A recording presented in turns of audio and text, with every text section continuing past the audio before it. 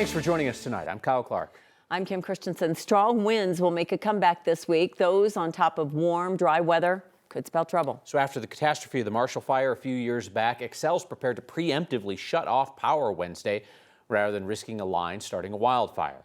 9 News reporter Janelle Finch is here to explain how Xcel decides when to do this, how they notify customers. Janelle? The Public Utilities Commission told Xcel Energy last year it wanted better customer communication before possible power shutoffs. This included more advanced notice as well as posting maps online. So today, Xcel Energy announced that possible shutoffs are beginning on Wednesday at noon, as well as they shared a map online of where those could be implemented. Right now, Xcel Energy is monitoring conditions to see if those shutoffs are needed. Instead of talking about snow in mid-December, Xcel Energy is talking about wildfire potential. Winds along the Front Range could reach up to 90 miles per hour Wednesday. This is an extreme criteria where we're seeing 97th percentile winds. We're seeing relative humidity that is in a very, very small percentage of the days that we see here in Colorado. The utility company is proactively alerting customers to possible power shutoffs. This is going to be an all hands on deck. Andrew Holder is the Director of Community Relations. Holder says parts of the state may be put under enhanced power line safety settings, where we put our assets in a more sensitive setting so that if a tree branch or something hits our overhead line, it stops the flow of electricity. Other areas may have their power completely shut off. The combination of high winds, relative humidity, and low fuel moisture present potentially concerning conditions. Xcel Energy says they'll decide 1 to 4 hours before shutoffs are needed on whether or not to shut off the power. They will also notify offices of emergency management, government officials, and impacted customers if those shutoffs are needed, and also once they restore the power. Live in Denver, Janelle Finch, 9 News. And we want to get to Kathy right now because it's been so warm, so dry, and now we know the winds are coming. Yes, and this prolonged period of warm, dry weather, so unusual in one of our snowier months, makes this wind forecast all the more critical and important. In the next 12 to 24 hours, fire managers and meteorologists will be able to fine-tune and hone that wind forecast. Today, the winds aloft transported clouds in that made for a pretty sunrise and a pretty sunset. Thank you for all the pictures you've been sending in. But high temperatures today soaring way above average in the upper 60s, 68 in Denver. We're typically 43.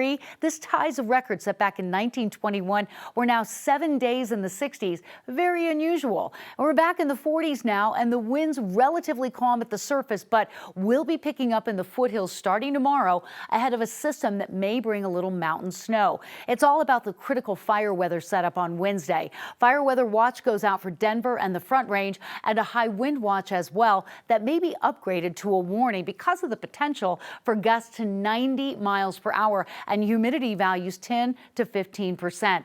All part of a fast-moving weather system that's going to cross Colorado, and all eyes on Wednesday. We need to be really careful. You need to kind of batten down the hatches with everything. This is going to be the day in the 7-day forecast that we're going to really need to give you the timing and impact. I'm going to have all those details on that Wednesday forecast coming up.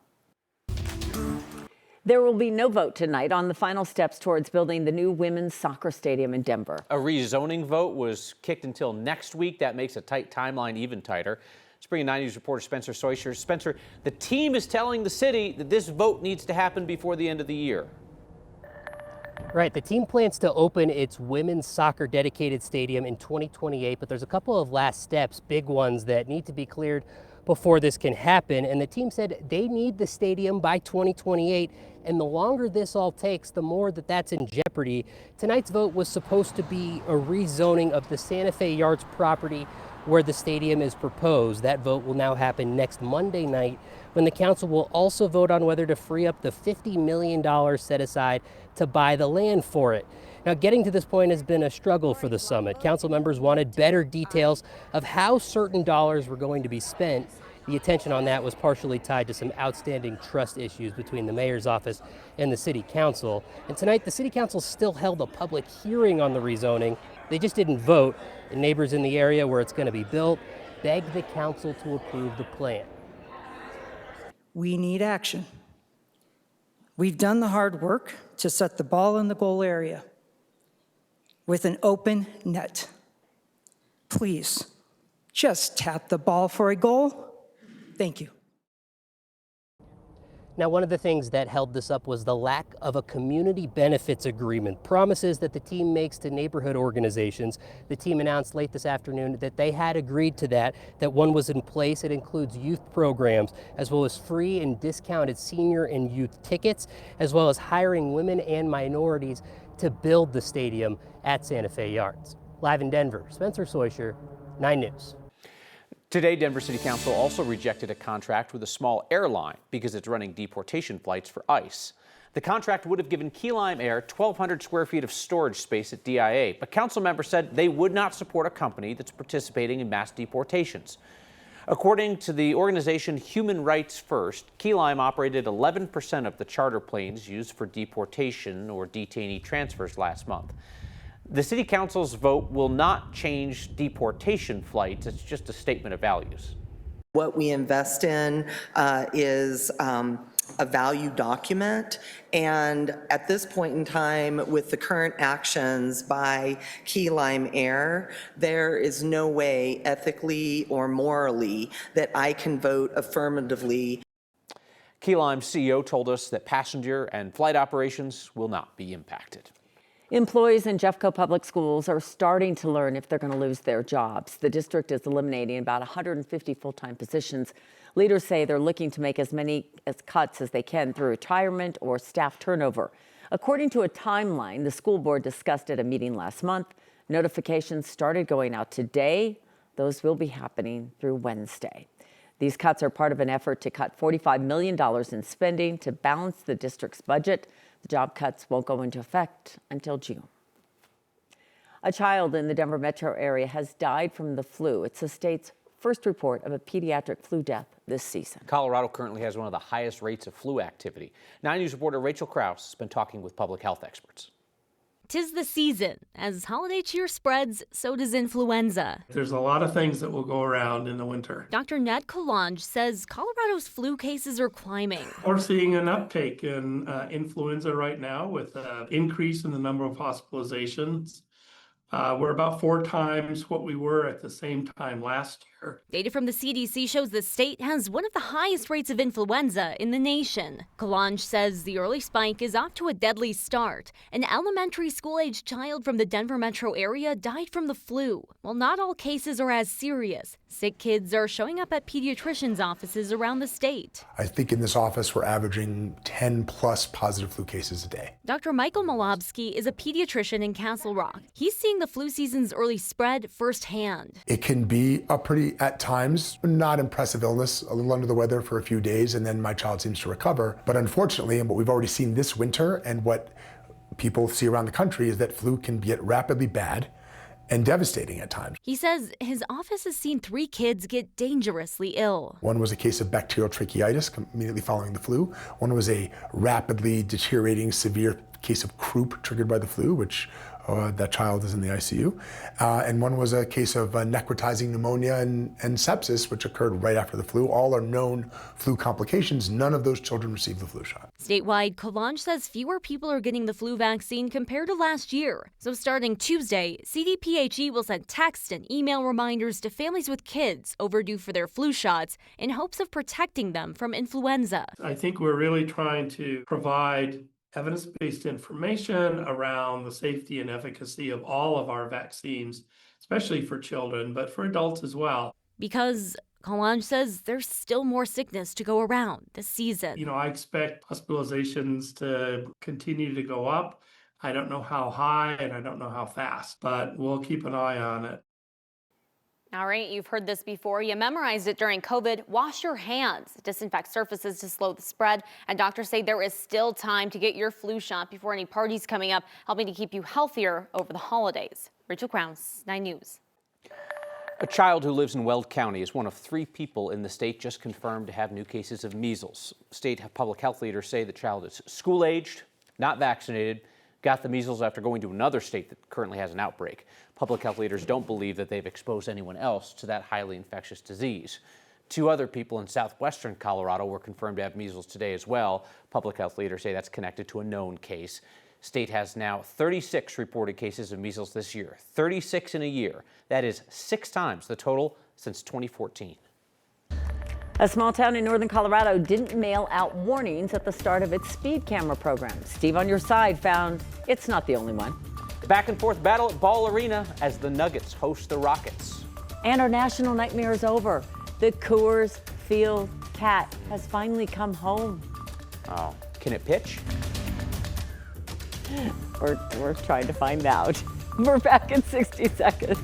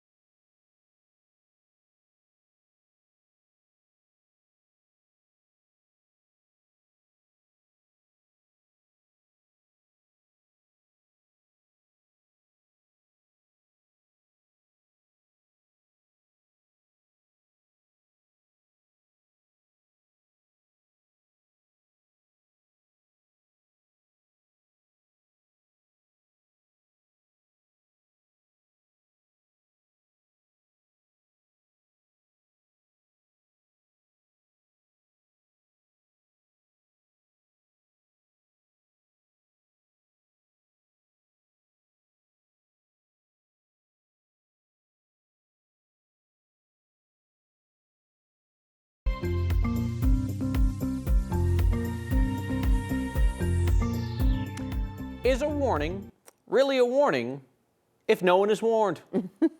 No, for real. That's one of the questions we've been asking as we continue a month-long investigation into photo radar tickets in a town in Weld County. First, Kersey was questioned whether they could charge more than what the state's law allowed. Now, 9 News consumer investigator Steve Steger questions how they were alerting drivers that the system was even coming. We all pretty much come to the same conclusion. Kersey has really stepped in it this time. We're in deep doo-doo. Kersey's town leaders got an earful last week. Whoever made up that $340 law needs to go. A vent session about this photo radar trailer on County Road 49. When you say you're going to install something, it's installed that day, right? And questions about how anyone knew it was coming. Have you thought about what it would have been like if we just issued warnings for 30 days? Kersey Police Chief Jonathan Lang will tell you there was warning. So when the ordinance was adopted on March 11 of 2025, that's when our warning period started. There has to be, according to state law, for the first 30 days after the system is installed or deployed, only warnings may be issued. The point was that you then make people aware so that they slow down because it's supposed to be about safety. Hazel Gibson helped write that state law. We're also making sure that this isn't about revenue. So the first offense is only a warning. As chief of staff for the late state senator Faith Winter. This bill started in her office. She says the whole thought process behind a warning period was quite simply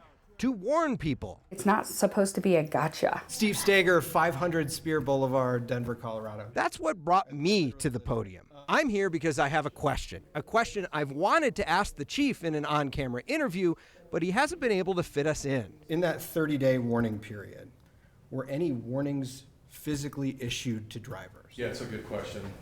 Just like other jurisdictions that I won't name, the way that the statute's being interpreted is that physical or mailed out warnings do not have to be issued to the person. Chief Lang says the 71 drivers they clocked above the speed limit during Kersey's 2-month warning period were never told they broke the law. Does not issuing a warning feel like a warning? I can't comment to that directly because the statute's open for interpretation. But if you're not giving someone a warning, how is it a warning? I just don't understand that. Like a warning is, hey, you've done this thing. You're not supposed to be doing it. Don't do it again. That's a warning. Chief Lang points to the language of the law, which says only warnings may be issued. It's the way that law enforcement agencies are interpreting the statute. And insisted Kersey wasn't alone. I would recommend reaching out to the individual departments. So we did, and found a lot of towns and cities that have been issuing warnings during their warning period. Wheat Ridge and Mountain View even sent us copies of some of the warnings they sent out. But we did find 4 more governments not sending warnings during their warning period. Hudson and Fairplay didn't. Walsenburg and Eaton tell us they don't plan to either when their cameras go live. They all said they let the public know the system was coming by posting on their website, some through social media, and Walsenburg even posting something about it on the front door at the city building. Why would we write that in there if you didn't have to do anything? Why would we waste the pen and the time? Kersey didn't even have their current fixed system in place during their warning period, instead relying on an officer with a radar gun who wasn't there 24 hours a day. As soon as the permanent system went in place in September, it issued about 1,200 tickets a day on average during the first 30 days of operation. Your grace period should be when it was first put there permanently. All those citations, all those warnings should be null and void. Gibson says this seems to be a warning that the law could use an upgrade. It tells me that we have some work to do in this next legislative session to clarify what the intent of the bill was and how these local municipalities can actually abide by it.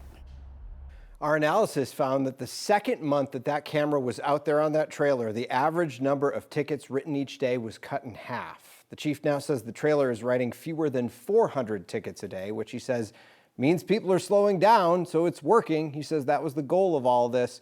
He's told me behind the scenes that he would like to see the legislature offer some more clarity for jurisdictions who are using this law, because that's now two confusions that we've highlighted. The first being, what do you do with people who are clock going 25 and over? Their initial response to that was to write bigger tickets, and then that had to pause because they weren't sure they could do it. And now there's this. I feel like maybe to clarify the warning thing, they could just like underline the word warning, or maybe make it bold, like the boss does in a memo and the stuff you're supposed to see, like this is what we italicize it, Well, when you talk to Hazel Gibson, she says a lot of times what they do with these laws is they'll write them relatively broad, right? Because local control is so important to so many municipalities. Sure. They want to do it the way they want to do it, but she didn't think that was something that you needed to say. Warning isn't a word that you would think would be confused. Write the warning. The Hudson Police Chief, for his part, did say the reason why they didn't do it, he felt it would be an unfair burden on the taxpayers to have to write citations, because they would still be on the hook to pay for sending those things out. Yeah, maybe they could recoup some of that money with their Boku photo radar tickets. When they flip it on. Yeah, exactly. When they flip it on and the cash starts Yeah. streaming in. Yeah. Yeah. All right, Steve, thank you. Yep. Steve, thank you. We have a big wind event shaping up for Wednesday with critical fire weather criteria. So while the weather is calm and quiet tonight, we kind of need to ramp up and get prepared for that. In the meantime, you all have been sending in beautiful pictures of the sunrise, the sunset over the past week. The winds aloft have been gusty, but not down at the surface. And really, we've just been treated to just a beautiful sight in the skies. Today, our high was 68. Now, the average high for this time of year is 43. That 68 tied a record that was set back in 1921, and now we have 7 days in the 60s. Very unusual, and this prolonged period of above average temperatures and, of course, the low humidity, the wind forecast. We are talking about elevated fire danger in December, one of our snowier months on average. It was plenty warm in Denver, but look at that 70 in Lamar, 49 in Eagle, 52 in Craig this afternoon.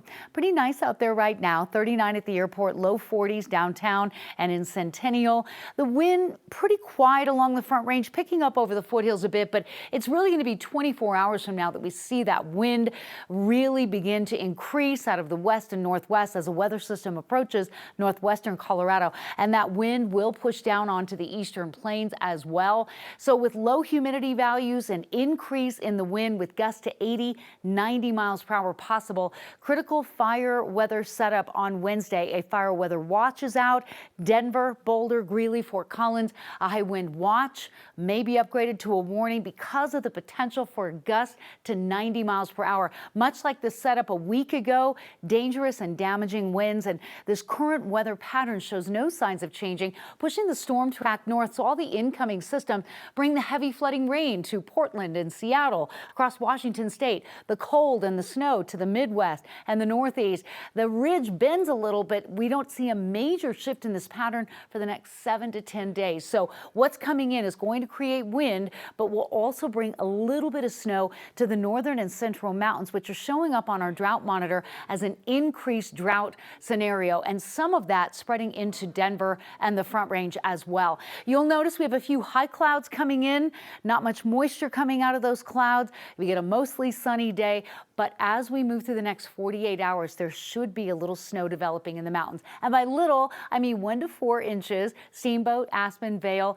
and we don't have advisories for snow or travel, but it's something and we need it. So 19 in Steamboat, 16 in Leadville, 19 in Telluride, 36 the low in Denver tonight. High temperatures tomorrow still above average, 60s, relatively calm day. The wind starts to creep up in the foothills late in the afternoon, but the big event is Wednesday. Fair and 36 tonight. Tomorrow, sunshine popping right up into the mid-60s. A nice day, not quite as warm as today. Not a lot of wind to deal with tomorrow. Wednesday's the day. Critical fire weather, windy and warm at 66. Front comes through. We cool down and calm down. We have highs back in the upper 60s Friday. Guess what? We say hello to winter. It's not even winter yet. The winter solstice at 8:03 in the morning on Sunday. Hello, winter.